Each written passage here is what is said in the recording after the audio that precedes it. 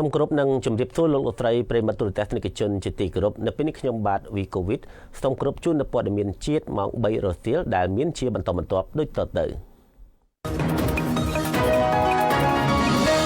ក្រមប្រឹក្សាធម្មនុញ្ញបានអនុម័តជាឯកច្ឆន្ទថាច្បាប់ស្តីពីវិសោធនកម្មច្បាប់ស្តីពីការបោះឆ្នោតជ្រើសតាំងសមាជិកព្រឹទ្ធសភា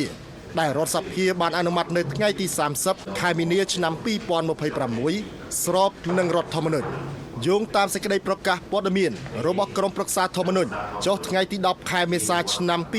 2026បានឲ្យដឹងថាអគ្គលេខាធិការនៃក្រមប្រឹក្សាធម្មនុញ្ញសូមជម្រាបជូនសាធារណជនជ្រាបថានៅថ្ងៃសុក្រ8រោចខែចែកឆ្នាំម្សាញ់សប្តាហ៍ស័កពុទ្ធសករាជ2569ត្រូវនៅថ្ងៃទី10ខែមេសាឆ្នាំ2026ចាប់ពីម៉ោង 9:00 នាទីនៅសាលប្រជុំអគារសវិមានរដ្ឋចំការមនក្រមប្រឹក្សាធម្មនុញ្ញបានបើកកិច្ចប្រជុំពេញអង្គក្រមអធិបតីភាពដ៏ខ្ពង់ខ្ពស់របស់ឯកឧត្តមហ៊ីសោភាប្រធានក្រមប្រឹក្សាធម្មនុញ្ញដើម្បីពិនិត្យនិងសម្រេចសំណើរបស់សម្ដេចមហារដ្ឋសភាធិការធិបតីខុនសូដារីប្រធានរដ្ឋសភាស្នើសុំពិនិត្យធម្មនុញ្ញភាពច្បាប់ស្តីពីវិសោធនកម្មច្បាប់ស្តីពីការបោះឆ្នោតជ្រើសតាំងសមាជិកព្រឹទ្ធសភាជាលទ្ធផលនៃកិច្ចប្រជុំ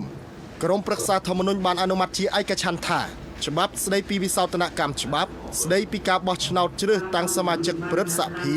ដែលរដ្ឋសភាបានអនុម័តនៅថ្ងៃទី30ខែមីនាឆ្នាំ